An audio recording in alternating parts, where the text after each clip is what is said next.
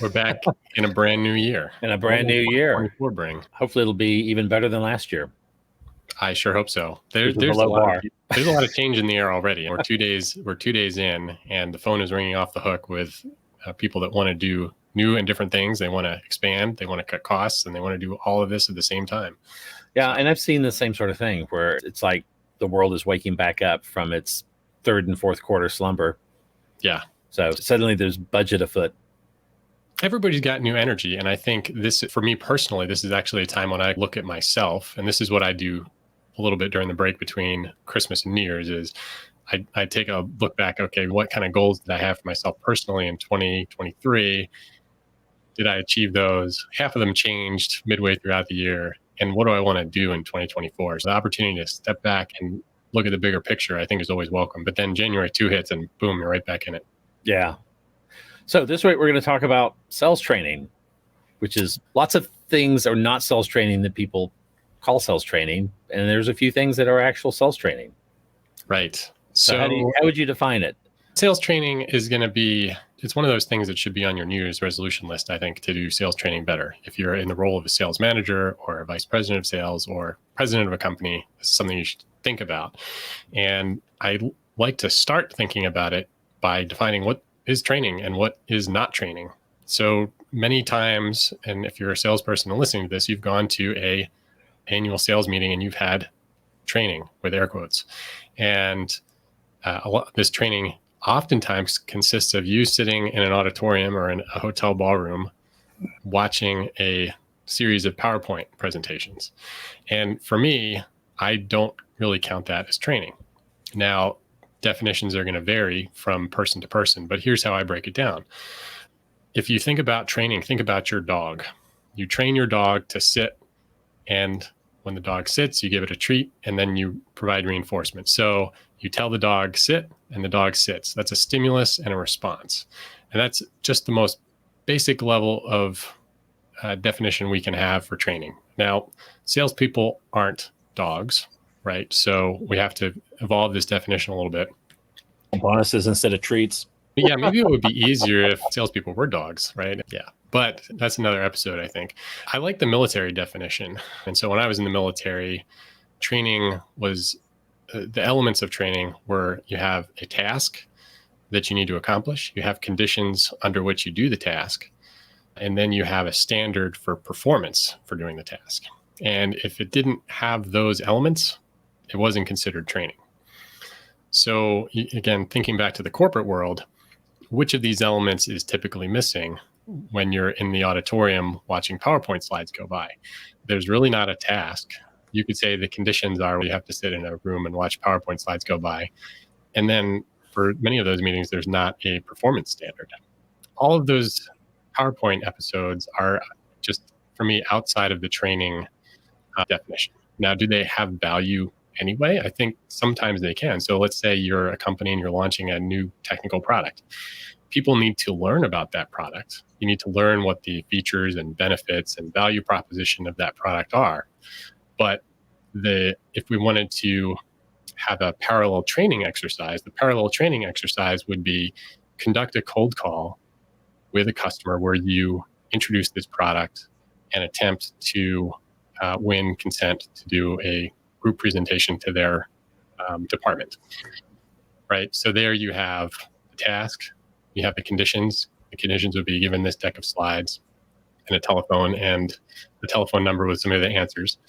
And the performance standard is get them to consent to a group presentation. So that's, for me, the essential difference.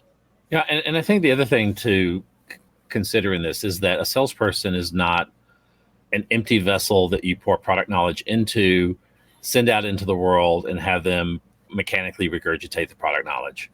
You know, that they have to do stuff that's very complex and very improvisational in order to convince someone that this is the right product, way beyond just whatever product knowledge they may have. And they may not even necessarily need that much product knowledge, especially if they have a sales engineer that can step in with the really detailed questions. One of the things about sales training is all these things are transformations. You're trying to bring into existence a state of the world different than what exists now. And so what does the state of the world look like at the end of successful sales training? And that really is that this salesperson is going to be better at going out and selling things in general, as opposed to selling your one specific product. Now, they also need to know how the details of your product, but more fundamentally, they need to know broadly how to sell in general. And so good sales training, that salesperson should be able to leave that company, go to another company, sell a completely different product, and be better at it than they were last year. And so that's what you're really trying to do, is you're trying to make your salespeople more effective at the core job, which is presenting a compelling case for why someone should buy your product versus a competitor's product. And at the end of the day, what that's going to translate into is generally a higher close rate, a shorter sales cycle, and that's going to translate directly into each individual salesperson bringing more revenue faster into the company. And that's what you really want. That's the high level, that's the CEO level business goal that you're trying to accomplish with the sales training.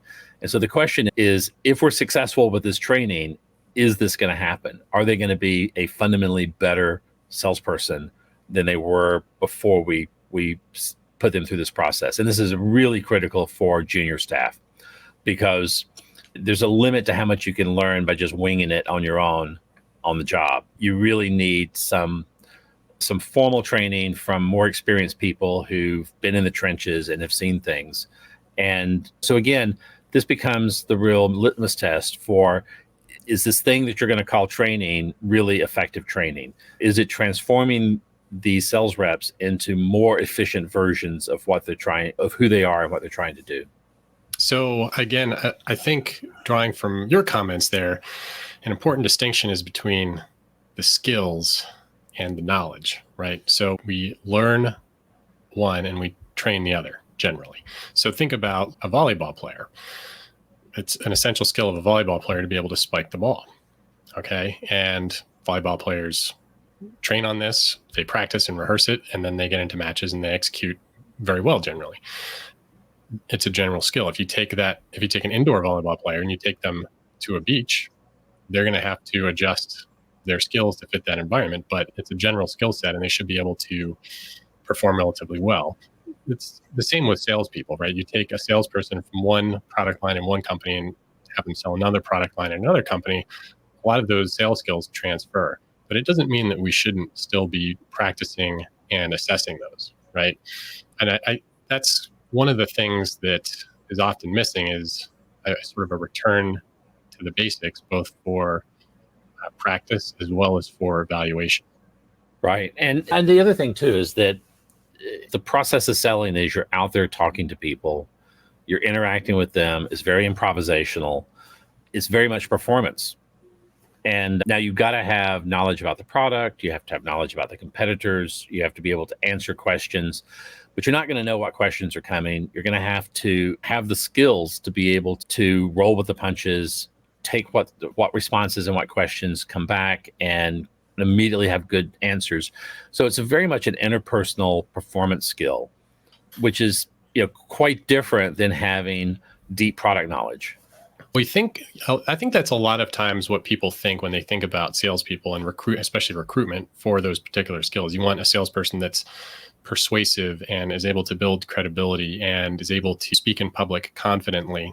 And those are all very important skills, but there's some other ones as well. So I'll just throw some out there. Take a list of LinkedIn prospects and rank order them by likelihood of interest in the product that we're selling.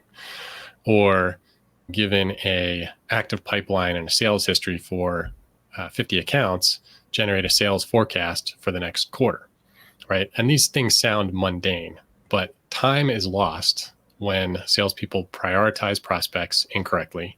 Time and probably money is lost when salespeople don't forecast correctly. And you think about those two exercises, and let's say you have a team of 5 salespeople. You give 5 salespeople those same conditions. You give them the list of LinkedIn products, tell them to rank order them, and you give them the sales history and pipeline and tell them to forecast next quarter or next year's sales. Are you going to get the same answer from your 5 sales reps? My money is on no, you're not. And these are skills that I can't tell you how many times and how many companies I've worked at where there's always complaints about, oh, the forecast isn't accurate. And these salespeople don't know how to forecast. Zero effort has gone into training that skill to a particular standard. And so if you don't do that, how can you expect your people to actually perform? Yeah. And so you're saying that I shouldn't work my prospect list in alphabetical order? No, no. No. So let me give you another training exercise example. And so again, like going away from, hey, we want the salesperson to be a self-sufficient, self-propelled product promoter.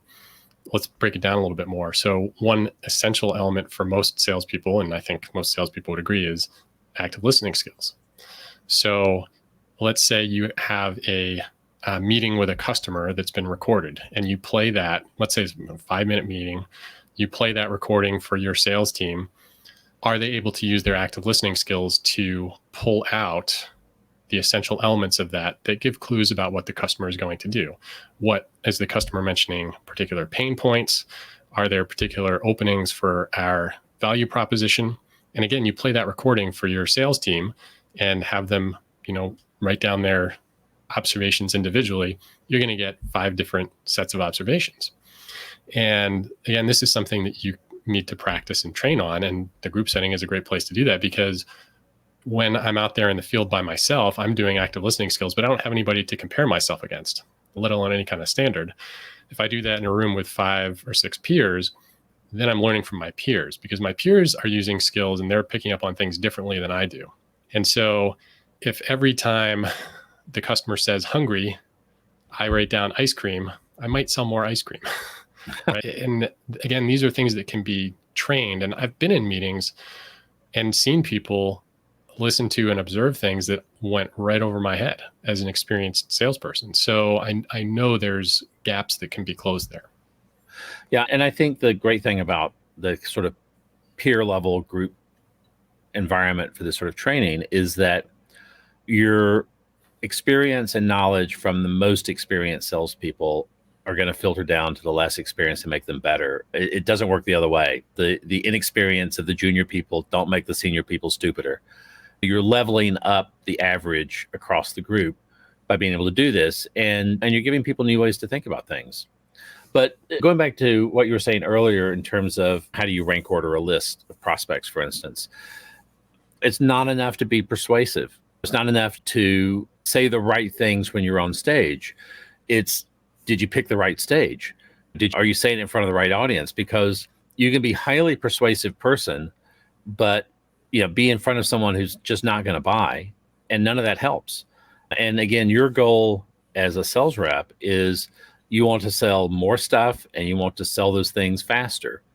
And so a big part of that is what you say when you're in front of the prospect, but an even bigger part is what prospect do you prioritize as the first one to talk to? And so again, you're wanting to figure out who's most likely to buy now, who is closest to being able to make a decision, where can my ability to persuade make a material difference in their ability to make a decision. And that's a very complex skill that you have to be able to read information with relatively thin information as you're going through a prospect list and trying to make sense of who is it that I should be talking to next. And again, if you think about the moment by moment existence of a sales rep, one of the big questions is, what do I do next? Of all the things I could do next, what's the one thing I should do next? And that's a trained skill. President's Club awards are won and lost in those decisions. Again, like knowing who to go after, you can be the most persuasive person in the world. If you can't select good prospects, you got nowhere to start. So what are some other good training techniques? So one that I've used is role playing, because again, it really, you're trying to recreate a controlled version of that uncontrolled environment that rep is in when they're face to face with a prospect. Yeah, I'm a big fan of role playing, and I think most people aren't. And the reason most people aren't is just because of how it's executed, right? It's one of those things that gets sprung on you at the annual sales meeting, and you have to do it in front of all your peers. There's very little time. Imagine, Dale, that I take you out to a volleyball court and I'd be like, okay, Dale, I'm going to line up all your coworkers by the sidelines here, and I want you to spike the ball 3 times in a row. I'll just sit over here. Yeah, and again, those can be valuable in showing you what you don't know and how unprepared you can be. But honestly, every time that Taylor Swift goes to a concert, like, she's warming up, and you got to warm up before you enter that kind of training environment. And then think about the sales call itself. You also should be warming up before you go into the sales call. And so think about training from a one-to-one perspective, more like a coaching situation between a salesperson and a manager. I have done this more than once, where if we know we're going into a challenging or important sales call at, say, 11 o'clock, at 10 o'clock, we are rehearsing that call, and we take turns playing the customer and the sales rep. And that way, when the real call hits, we have a sense of how we want the conversation to go, and we're pretty confident about getting to the end of it. And again, you look at someone like Dave Chappelle, who does dozens or even hundreds of performances to hone those skills before he ever does a Netflix special. Anything on Broadway, there are hundreds of hours of practice before the performance. And there's just not a substitute for having some sort of structured practice to where once you're there in the performance, it flows. Right. So the number one tip for making role playing more successful, I think, is stop calling it role playing. Start calling it rehearsal or simulation. And then the reason and the ends become much more clear. Yeah, but then you don't get to put on the cosplay costume.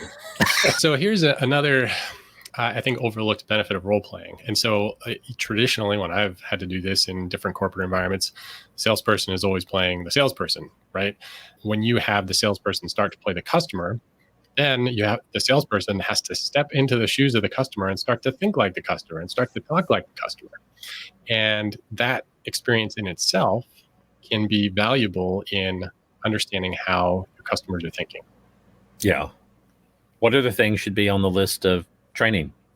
For me, those are the high points. For 2024 in general, again, going back to the beginning and New Year's resolutions, if you are a sales manager, I think you owe it to yourself and your team to take a fresh look at what commitments you're making to training this coming year. Now, real training, all that stuff we just described, like every episode, could be a full-time job. In some companies, it is a full-time job. But you need to budget for yourself and your team the time and effort that you're going to put into training, right? Of course, training can be impromptu, like I just described, the rehearsal before the actual sales call. But if you make training a much more frequent interaction between you and your team in both group and individual settings, you're really setting your team up for success, and you're keeping them focused on honing the skills that are important in closing the business. Tip-wise, the tip is you have to plan, right? 2024, we have the year at our feet right now. What are your commitments, and what commitments do you want from your team?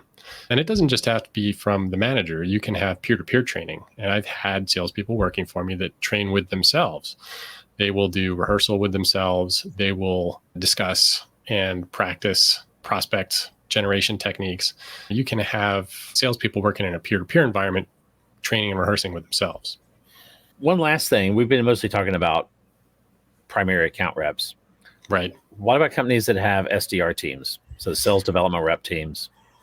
I've never managed an SDR team, right? So I'm going to project a little bit and say, gosh, it must be a lot easier, right? Because the skill level of the people is generally a lot more discrete.